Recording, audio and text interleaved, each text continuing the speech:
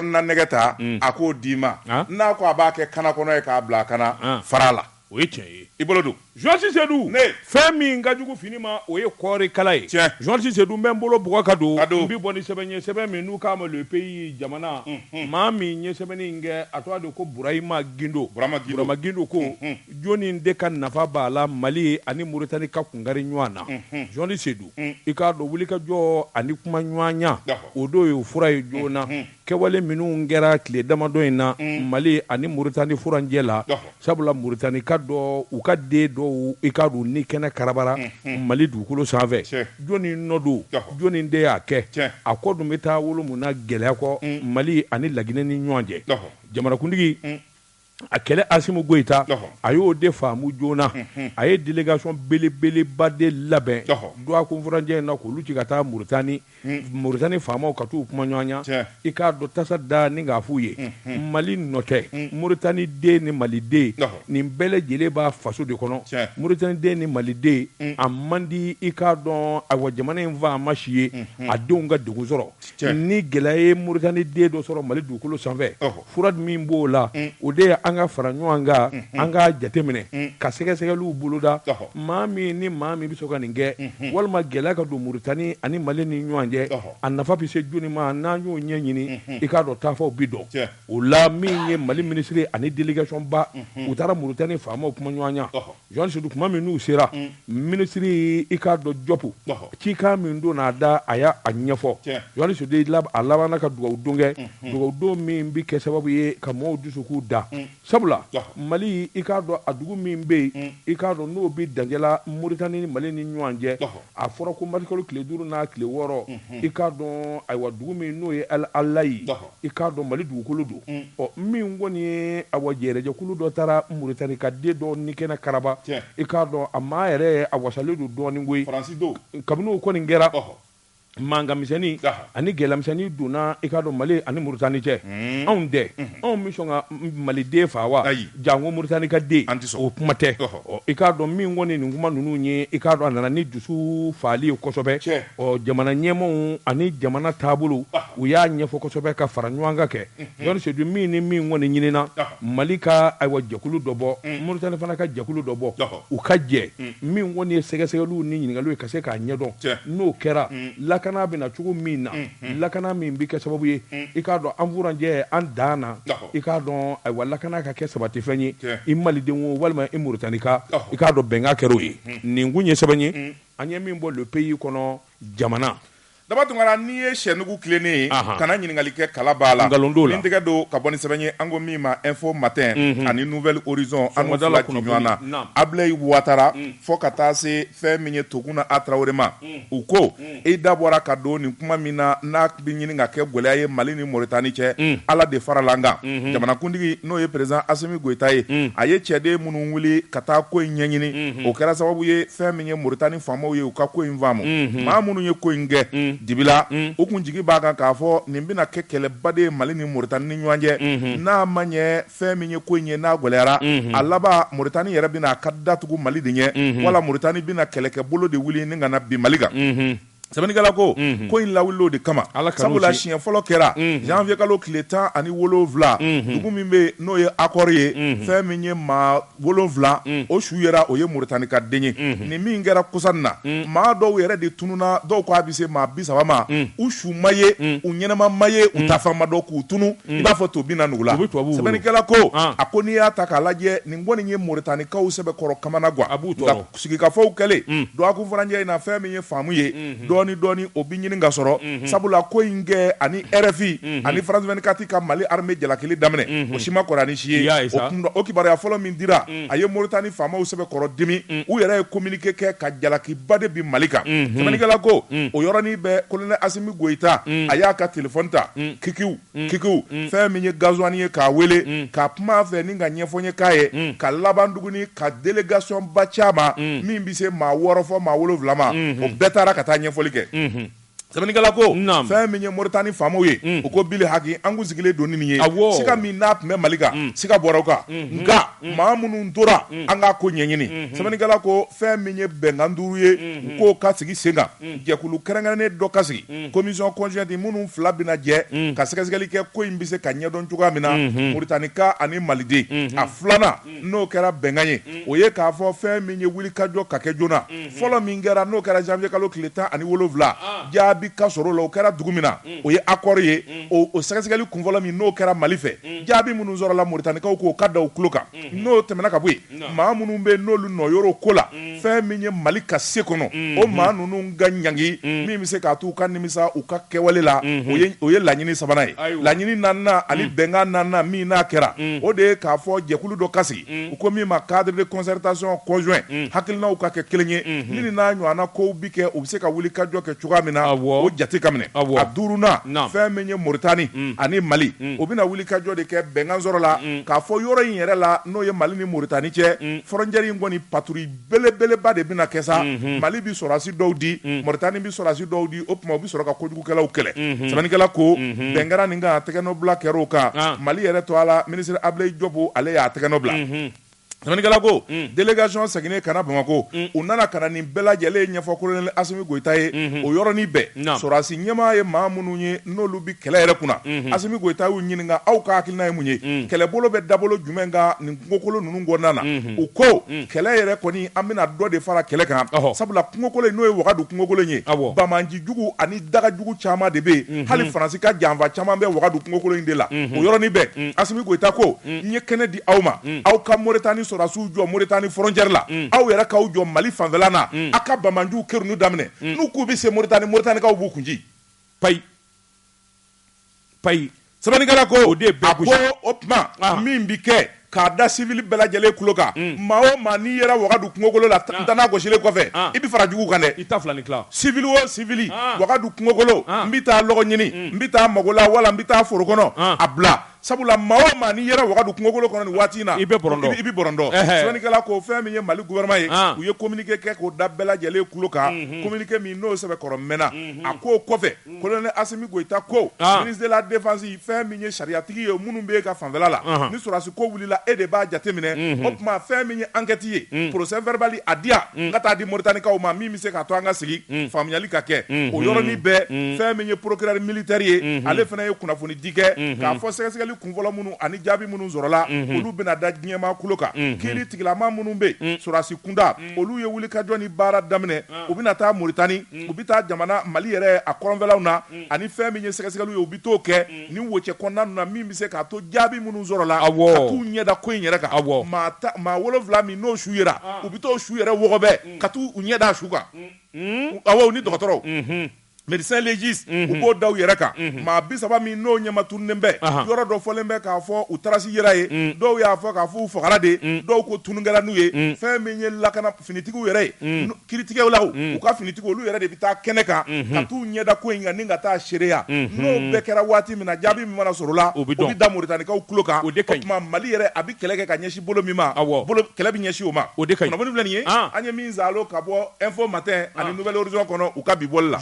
ne koko ni ngurunin bɛ nin bɛ maa ni sigi ɲɔgɔn cɛ kuma kungurunin ye Yohani Seydou k'a dɔn n bɛ bɔ ni sɛbɛn ye sɛbɛn min n'u k'a ma 22 septembre yɛlɛma hɔrɔnya don sɛbɛnnikɛba a tɔgɔ de ko Jalo ale kɔni ka baara bɛnnen bɛ sɔrɔdasikuluw nɔfɛ taama ma n'u k'u siralabɔ k'u ka kɛwalew ta k'a da kɛnɛ kan Yohani Seydou k'a dɔn tile 2 in na wulikajɔ min bolodalen don an t'a dabila fɛn min ka jugu wo kɔnɔ fɛn ma Yohani Seydou k'a dɔn di t'an di maa ci a mɛ wo mɛ a na bɔ banmanjɛ wale min n'a kɛra kɔsɔn in na a ye sɔrɔdasikuluw tɔnsi jɔ kekew Yohani Seydou k'a dɔn sigi tɛ kɛ bilen k'u kɔnɔ bingani tɛ ɲɛɲini bilen mugujugu donni dugukolo jukɔrɔ o tɛ kɔnɔ bilen Yohani Seydou k'a dɔn Bamanji suma bi yɔrɔ o yɔrɔ sa i k'a dɔn o de bɛ ɲini sa ni ka t'o da kolo di k'o filenkolon di matikalo tile 9 tɛmɛnen Yohani Seydou b'a ye k'a fɔ min ye état major de l'armée i k'a dɔn kunnafonidiw ani wulikajɔ ni sɛgɛsɛgɛliw la u bɛ Bamanjiw ka k'u nɔbɔ Yohani Seydou k'a dɔn mana kɛ Mali yɔrɔ o yɔrɔ Sana dugu la mɛnɛmɛnɛ dingɛ kɔnɔ Yohani Seydou k'a dɔn u bɛ t'u wɔgɔbɛ min ye kɛlɛtigi ye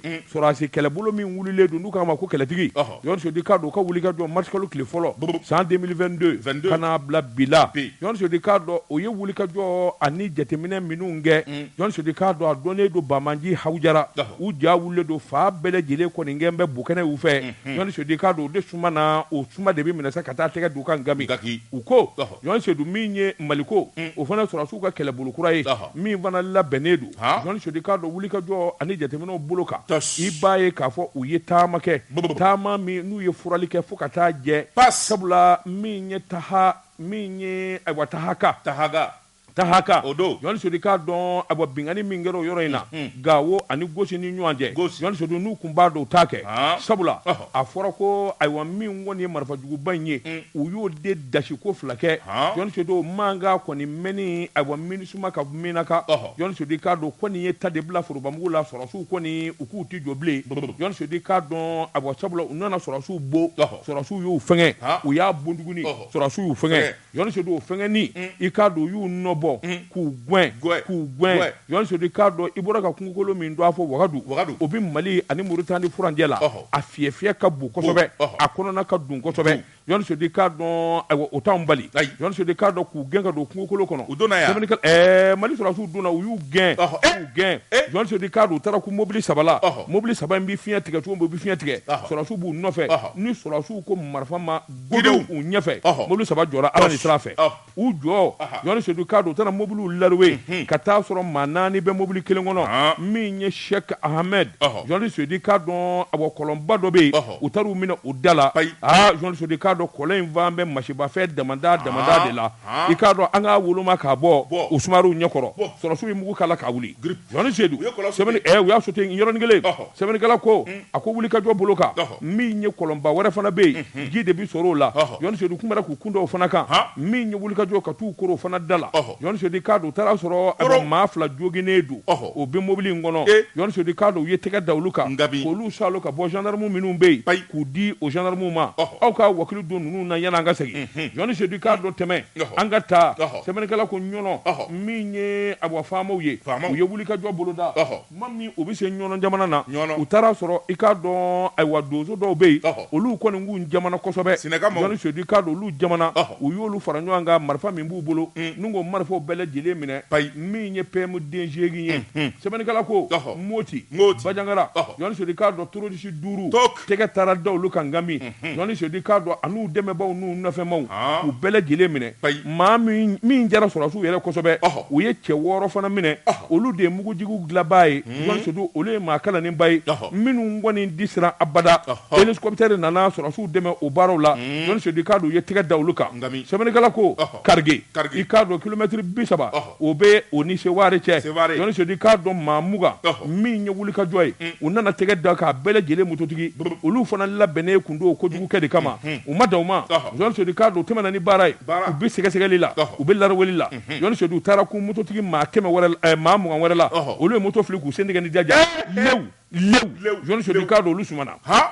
sɛbɛnnikɛla ko a ko n'i y'a ta k'a lajɛ jɔn sedi k'a dɔn dugu min a bɛ lamini min n'o ye Pisa ye Pisa ani Bayi olu bɛɛ lajɛlen bɛ Bajangara mara la sɛbɛnnikɛla ko u nana wuli ka jɔ boloda ke yen fanfɛlaw k'o fana mɔmɔ marifa 66 jɔn sedi k'a dɔn tɛgɛ dar'o kan pistolet automatique o den dan min ye AK-47 o 6 jɔn sedi k'a dɔn nin bɛɛ lajɛlen marifajugu ye minnu dabɔnnen don tiɲɛni kama sɛbɛnnikɛla ko a opération in kɔni bɛ senna sa jɔn sedi k'a dɔn 3 min ye AK-47 3 min ye karabini 6 moto 5 jɔn sedi k'a dɔn ani biton min n'o bɛ kɛ ka tasuma ni fɛnw wuli jɔn sedi terrorisiw ta don u ye tɛgɛ da o fana kan k'o bɛɛ lajɛlen nɔɔni ɲɔgɔn na sɛbɛnnikɛla ko a ko wuli ka jɔ bolo kan jɔn sedi k'a dɔn a bɔ min ye Kucala mara ye k'a ta o bolo kan sa u nana wuli ka jɔ fana boloda kungokoloba dɔ bɛ yen u k'o ma ko Bura kungokolo ani Mahu jɔn sedi k'a dɔn patrouille nana don kɔnɔ k'o laroué k'a lama jɔn sedi k'a dɔn ka taa cɛba kelen minɛ o ye terroriste kelen ye jɔn sedi ka tɛgɛ don o kan k'o di gendarme ma o kɛra Bura u nana wuli ka jɔ boloda Sikaso Buguni Kulukɔrɔ k'o bɛɛ lajɛlen mɔmɔ ɲɔgɔn fɛ sa jɔn sedi k'a dɔn ka n'a ye k'a fɔ min ye Bamanju u dɛmɛbaa dɔw bɛ yen jɔn sedi k'a dɔn siga t'olu la fiyewu u nana tɛgɛ da olu fana kan ngami jɔn sedi k'a dɔn olu fɔnɔna olu fɔnɔni jɔn sedi k'a dɔn yan ka di yen ye u dogo bɛ wo kɔnɔ sa u ye yen bɛɛ lajɛlen bɛnbɛn k'a bɛnbɛn k'a fura k'a jɛ n'a y'i bɔ kɔnɔ ani wara kelen kelenw na jɔn sedi fɛn de ye bilen ni mun ye sɛbɛn ye l'armée an ye min bɔ 22 septembre kɔnɔ yɛlɛma hɔrɔnya don jɛ ka pep k'a ka feerefɛnw lakodɔn nɛgɛ kaɲɛ 12 sera Bamako k'a fɔ jiginɛw ka bonyamasegi bɛ aw ye jɛ ka pep k'a ka feerefɛnw lakodɔn Josi Seydou mbala cogo bɛ di daba tungana ne bin tɛgɛ don o bi kɛ sɛbɛn ye an ko min ma le soir de Bamako wula Fasiriba n'o ye Laya Jara ye nin y'a ka sɛbɛn ye Laya Jara ko a ko fɛn min ye Bamanji walew an'u ka dandɛmɛ wale i ye min fɔ o ye Amadu Kufa a n'a nɔkan Bamanji misɛnninw ye nka jɛkulu jugu min bɛ n'olu wulila Libi ka wuli fɛn min ye Siri jamana kan ani Iraki n'u bolofara bɛ Mali la u k'olu de ma État islamique au Grand Sahara n'a y'i ja a ko Daesh n'i y'a mɛn Daesh o ye maafalajugu olu tɛ hinɛ dɛ Daesh la hawla wala quwata illa billahi toki olu ka farin Daesh pop sabanikɛla ko a ko duwakun furancɛ in na dugu min bɛ yen n'o ye Andera Bukan n'ale bɛ Menaka ale région kɔnɔna na fɛn min ye Daesh ye u ye mugu wuli fɛn min ye Sibirido ye nɛgɛ kaɲa 17 ka se kaɲa 18 ma fɛn min ye Andera Bukan ye dugu yɛrɛ bɛɛ lajɛlen de ye marifa cikan mɛn gidiw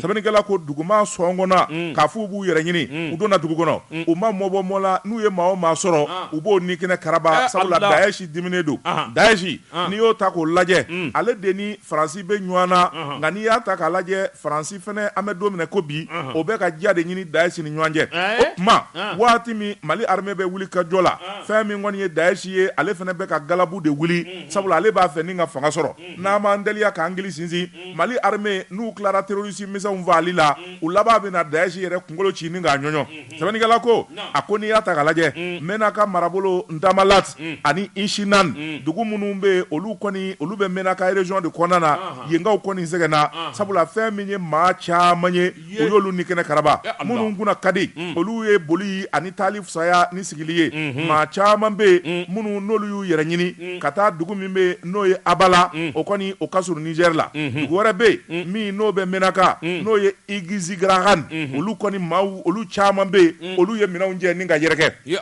sɛbɛnnikɛla ko a ko n'i y'a ta k'a lajɛ fɛn min ye AGS n'o ye Daesh ye u ni dan bɛ yɔrɔ min kan o de ye Menaka ye u b'a fɛ ni ka na Menaka sabula n'i ye Menaka ta k'a lajɛ fɛn min ye Mali armée dɛmɛbaa jɛkulu mun bɛ yen n'olu ye groupe d'autodéfense ye Gacha ani MSA olu ka base turulen de bɛ yen sɛbɛnnikɛla ko a ko n'i y'a ta k'a lajɛ fɛn min ye jagokɛyɔrɔw ye butikiw kɔni a bɛɛ lajɛlen de datugura Andera Bukan fɛn min ye dugumaw ye bɛɛ lajɛlen yɛrɛ ɲini o yɔrɔnin bɛɛ u ni Gacha kɔni garila ɲɔgɔn na u ye wuli ka jɔ de kɛ fɛn min ye Gacha ni MSA o y'u ganga u n'u ni ɲɔgɔn cɛ k'u ti don Andera Bukan kɛlɛ gwanna giriw Daesh sina ka renfort bɔ yɔrɔ dɔ la ka na maa t'a bɔ yɔrɔ dɔ Gacha ni MSA u ye tigɛ du la u ye yen bila sɛbɛnnikɛla ko a ko fɛn min ye Andera Bukan n'a lamini nin Bamanji jugu ninnu ani maafala kulew u ye fa bɛɛ lajɛlen de k'u senɔ ye maa o maa bɛ yen ani mugutigi fɛn fɛn bɛ yen bɛɛ lajɛlen y'i yɛrɛ ɲini sɛbɛnnikɛla ko a ko fɛn min ye mouvement pro-gouvernemental ale bolofara min bɛ yen n'o ye Gacha ye a maa ɲɛmaa dɔ bɛ yen ko min ma Musa Asharatuman o y'a jira k'a fɔ fɛn min ye olu kɔni ka kɛlɛkɛcɛ ye a maa 20 fɔ ka se maa 30 ma olu kɔni tora fɛn min ye kalo in tile 8 ka taa bila kalo tile 9 la dugu bɛ n'o ye Tamalat ani Inshinan sɛbɛnnikɛla ko a ko n'i y'a ta k'a lajɛ fɛn min ye Faransikaw ye n'i y'a dɔn olu n'u turulen bɛ Gao ani Menaka in de ni ɲɔgɔn cɛ fɛn min ye Daesh ye u ka maa dɔw bolibaatɔ ser'olu ma ye olu fɛnɛ y'u dimi bɛɛ lajɛlen ta ni ka sɔɔri olu la sabula Faransi kɔni tɔɔrɔlen don ko in na wa u bɛ tɔgɔ ɲini sɛbɛnnikɛla ko a ko n'i y'a ta k'a lajɛ fɛn min ye kɔnba ninnu ye kɛlɛbolo kɔni a nana juguya fɛn min ye MSA ani Gacha maa caman kɔni bɛ olu ni tora sabula fɛn min ye Daesh ye u ye kɛlen bɛ k'u ni da yɔrɔ min kan o ye Menaka yɔrɔ in de ye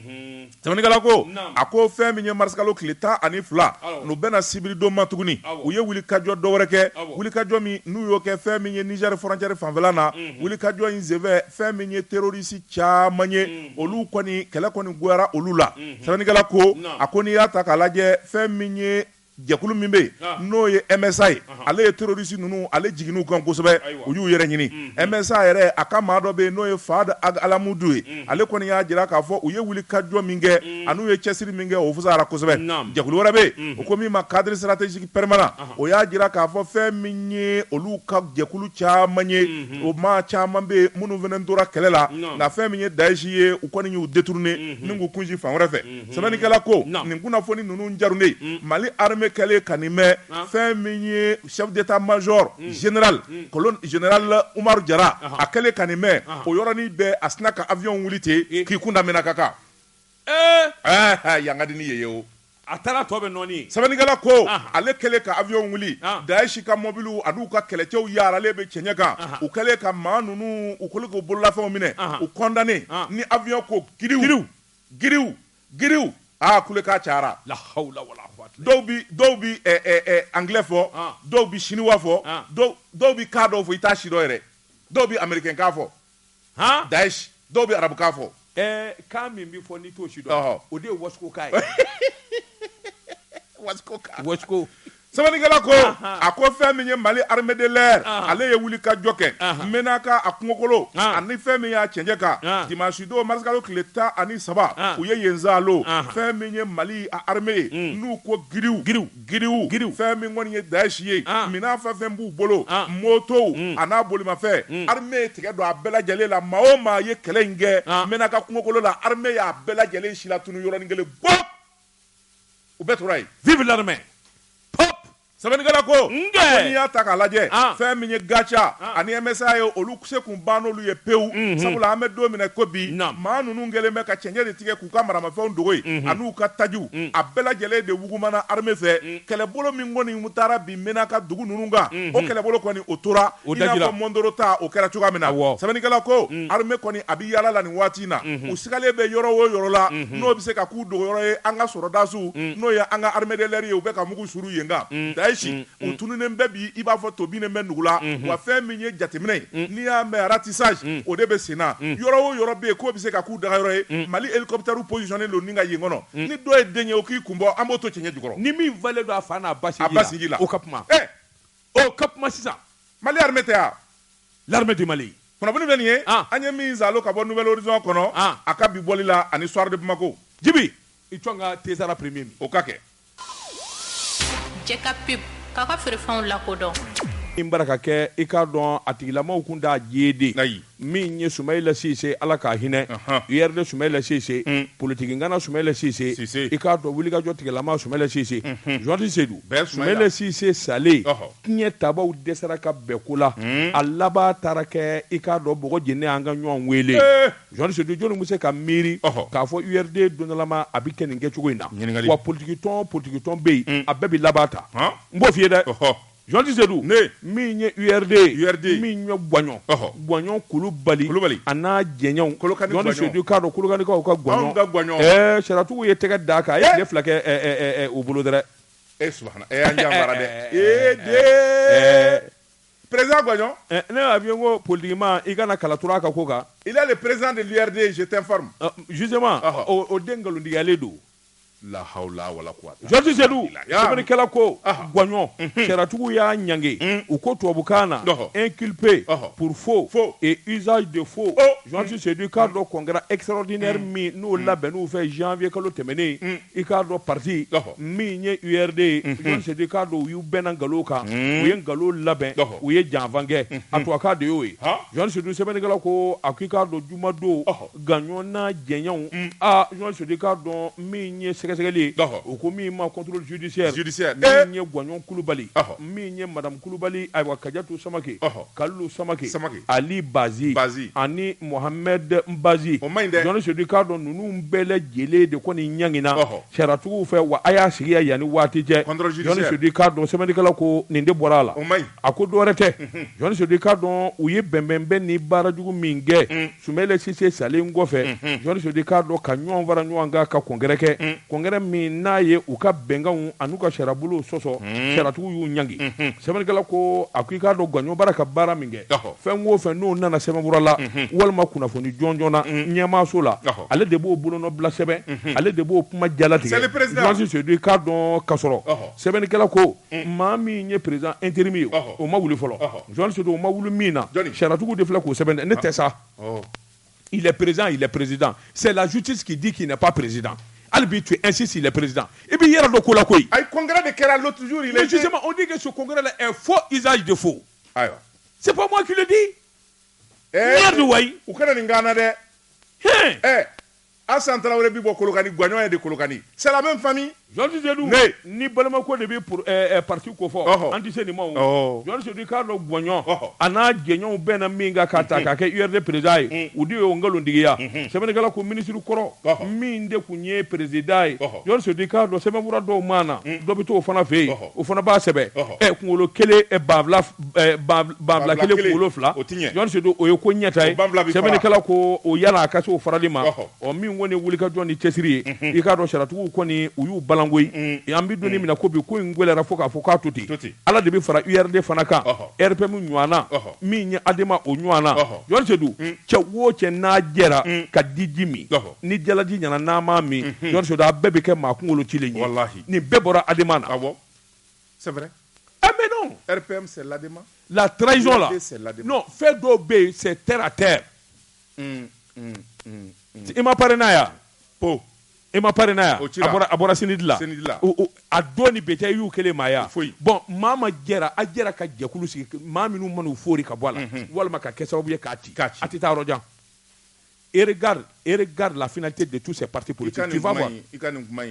c'est bien réfléchi et nyana kone be gouvernement et ti kunvede et ti kuma langolo vode naw ye jekulu ko ni gla mama kera sababu ye kati wala ka fara dala ka fo olu tigu de bilano mais justement ou tiga foyer quel qu'en soit, quoi qu'on dise sur l'Adema, ils sont Adema, ils sont toujours là. Ils sont là. Voilà. Wabi olu de Kafsa Doni. Sinon RPM ou Kera Musokoromboui. URD Kelif le Musokoromboui. Parena Kerebete. Sénédité blé. C'est fini. John Dorassa. John. Tcheya Dounou Fonyengendon. Ni Bekera on Yana Baye. Wananya Fotou Abita Labo. Jamana Toura.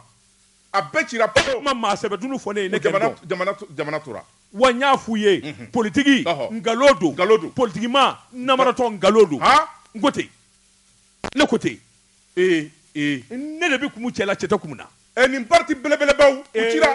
kalote de amawa udakolo dinia qui pouvait penser ça URD soumet les Allah k'a fɔ IRD bɛ taa tribunal la. An yɛrɛ jigi tun b'a kan ko n'i bɛ ka kɔni y'a bila kɔni URD b'a ta zeni. Mais ça c'est quand Soumaïla était là. Mais quand Soumaïla était en vie. Kabini Soumaïla sara don min ne bɔra la. Tu n'es plus dans l'URD? Blé. T'as do Echera ko. Mais attention. Ngo Boubou bɛ pendant une veille. Boubou soutient Gagnon Koulibaly.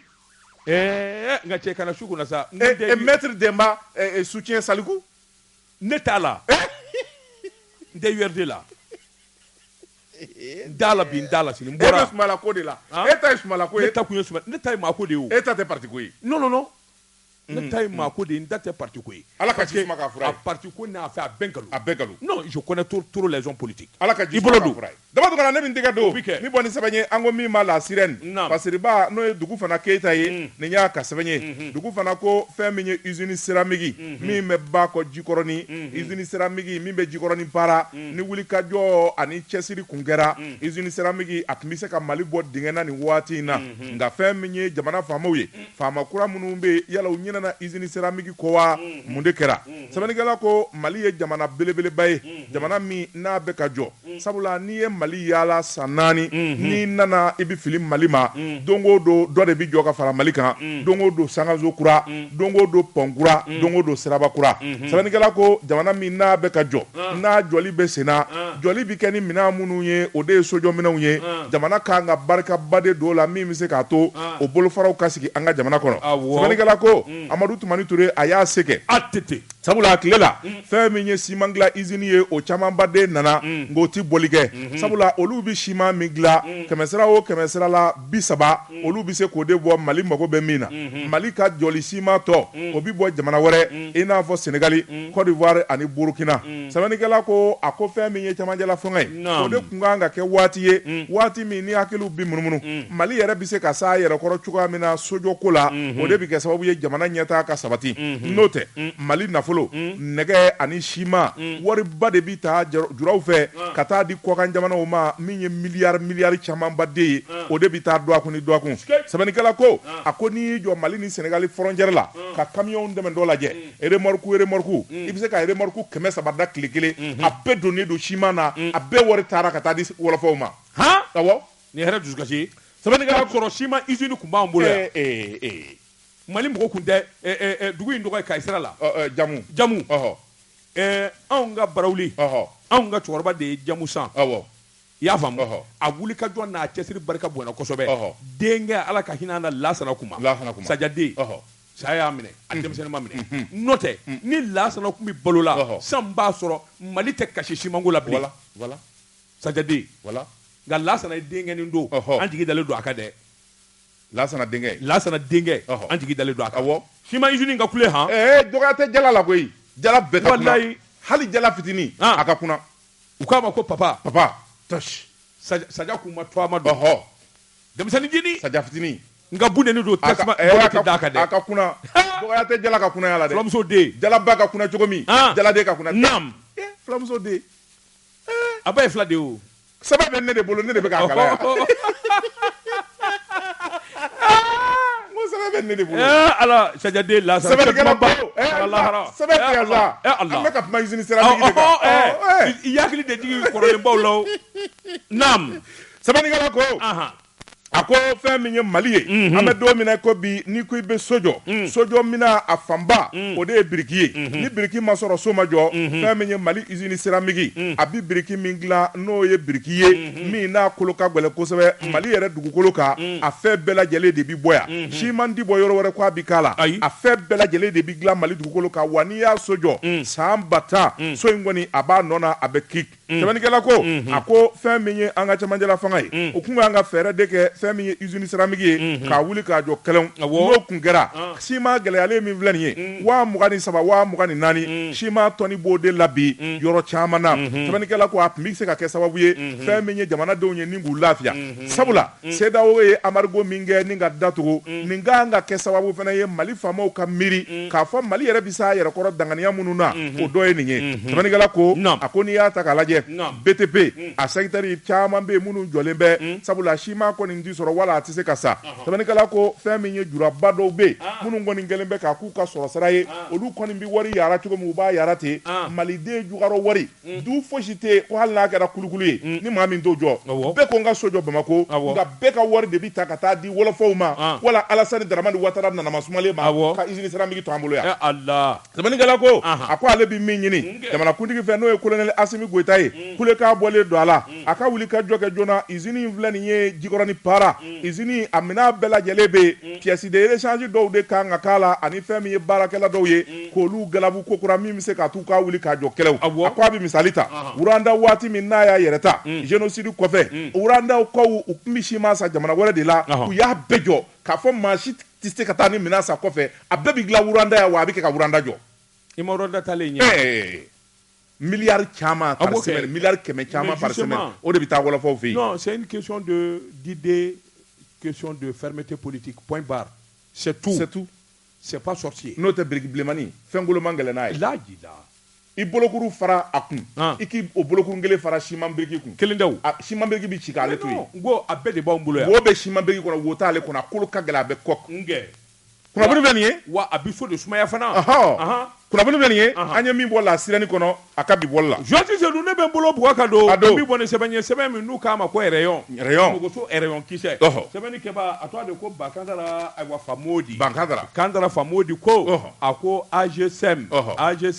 Joati Seydou k'a dɔn a jɔra k'ale ka kadi a tɛ taa ɲɛ a tɛ taa kɔ min kɔni ye a ɲɛmaaba ye n'o directrice générale ye Joati Seydou e ko a na mɛn nin kɔfɛ wa sabula ale taara ka bila cakɛda in kunna Ala ni a kun ye galabu minnu kɛ ka sɔrɔ directrice régionale do min ye madame Konake madame Konake Jɛnɛba aywa Uma Mahaman nin tɛ se Jean Sedou min ye Jɛnɛba ye ba Jɛnɛ dɛsɛra Jean Sedou k'a dɔn a ko baarakɛlaw bi kuma ni cakɛda kɔni kɛra a bi segin kɔ baarakɛlaw laban u bi kulekan bɔ kulekan dun mana bɔ kaban n'a dun mɛnna Jean Sedou a bi lakali min ye madame Konake ba Jɛnɛba Uma min ye Mahaman i k'a dɔn mɔgɔw b'u yɛrɛ ɲininka mun de bɔnɛ bina ka kalo 5 dama ale welela Jean Sedou tɛgɛ ma ko a ko kam yɛrɛ ka wuli ka jɔn ni cɛsiri min kɔni ye ji nɔgɔw ani ji bɛ se saniyalen bɛ se ka sɔrɔ cogo min a ka baara kunfɔlɔ ye nin de ye Jean Sedou k'a dɔn muso min n'a welela sɛbɛnnikɛla ko i k'a dɔn ale nujuru donnen bɛ environnement de la Jean Sedou k'a dɔn a wuli ka jɔn ni cɛsiri ani jateminɛw kun gelen don k'a fɔ a bɛ se ka ko kɛ sabula a tun bɛ cakɛda fɔlɔfɔlɔ min na a ka wuli ka jɔn ni cɛsiri barika bonyana o yɛrɛ de kɛra sababu ye bolo ka bɔ a nɔfɛ ni ka wele ka na bila station Sotiba Jean Sedou k'a dɔn ayiwa min ye so kɛmɛ bonyango zone sera la o bɛɛ lajɛlen n'u donnen don fɛn kelen na f'a k'u ɲɛnabɔ Jean Sedou k'a dɔn a nafuradama cakɛda jɔra kak Jean Sedou a ti taa ɲɛ a ti taa kɔ yalima muso in yɛrɛ nakun dun kɛra bonya n'a ma ɲɛ k'a fɔ ko bɛ nin dangan in na muso in dɛsɛra Jean Sedou a ma se ka foyi den kelen kɛ o tuma min kɔni ye boli ka taa joona ye o laban o b'a sɔrɔ nin kun ye sɛbɛn ye an ye min bɔ rayon kisɛ kɔnɔ a nɔ tɛ dɛ muso in nɔ tɛ dɛ sabula a t'a dɔn maa min y'a bila la fana o t'a dɔn son ministre aussi est incompétent. Quel ministre? Modibo Kone. Ça tu as menti. Je t'informe. Je demande noir sur blanc. Le ministre des magouilles, il est incompétent. Jean Sedou. Ibaraka Modibo Kone mi. Tu veux que je continue? Tu veux que je te dise? C'est c'était Modibo Kone côté wa. Ngo. Tu veux que je dise ce qui se passe? Journaliste né journaliste à Blanca. Vas-y, il faut parler. Aïwa, vas-y.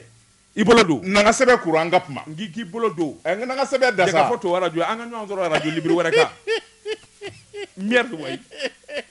Ibolodo ouais je te défie sur la radio Baoulé Ibolodo en synchronisation avec radio Mantra je te défie là-bas je répondrai avec preuve à l'appui na tonga puma sa chenu ngika puma nye sebe kuruga blay ndama inde puma bani aywa Ibolodo ba fi kana puma dongo zeni puma ngiki bolodo ngambolodo awa d'abord ngala ne bintega do ni boni sabanye ango mima le pays jamana sabani kala noye la rédaction ye ni ñu ka sabanye o ko ni ngibaro ya imande sabula femi ya mbaraka nyoye ni sabani kala ngana kundo o ko ama ablay fama kulubali be ko ama blo fama amenigi dogara Allahu akbar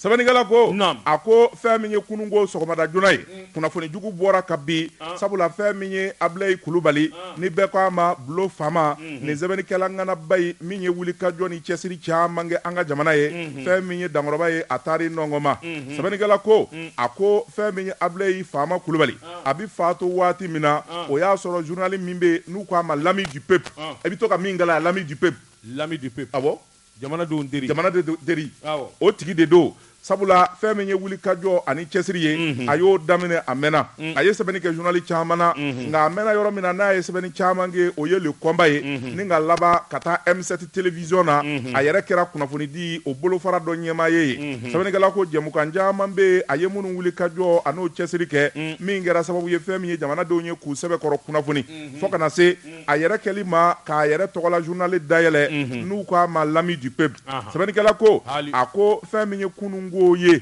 Ablaye Kulubali n'u ko ma blo fama fɛn min ye dangoroba in kɔni y'a miniji dɔgɔyara a bi waati janbɔ bana kɔni kun y'a so sɔgɔ k'a ma baara in bila cogoya si la sɛbɛnnikɛla ko hali a fariganbaatɔ a bi wuli kajɔ ani cɛsiri kɛ M7 télévision na kunnafoni di sira minnu bɛ n'o ye invité du jour 7 Afrique a bɛ nin bɛɛ lajɛlen ɲɛnamaya sɛbɛnnikɛla ko a yɛrɛ ka journali ko gɛlɛya n'a ta bɛɛ journali bi to ka bɔ fɛn min ye jamanadenw ye u bɛ se ka kunnafoni maison de la presse n'o ɲɛmaa ye Banjugu Dante ale yɛrɛ labanna sa ni ka sɛbɛnni kɛ ka taasi bila kɛ a ko fɛn min Ablaye Fama ye bɛɛ lajɛlen kɔni y'a jira k'a fɔ maa sabalilen kun don maa don min kun bi bɛɛ lajɛlen bonya a ka wuli ka jɔ n'a ka cɛsiri kunnafoni di la o kun dogolen tɛ maa si la sɛbɛnnikɛla ko ni Ala ye min kɛ o de ka ɲi dangɔrɔba in kɔni dara nɔgɔma u taara bila a ka dayɔrɔ laban na an bi dugawu don kɛ fɛn min ye barabara dali ye Ala k'o nɔgɔya ani alisilamɛ furaw bɛɛ lajɛlen amina ya rabbi kunnafoni filɛ nin ye an ye min bɔ le pays kɔnɔ jamana Jean Seydou waati n'a ka waati ma se bi taa an b'a bila yan an b'an gɔ kɛ nakɔ kɔlɔni kɔ ye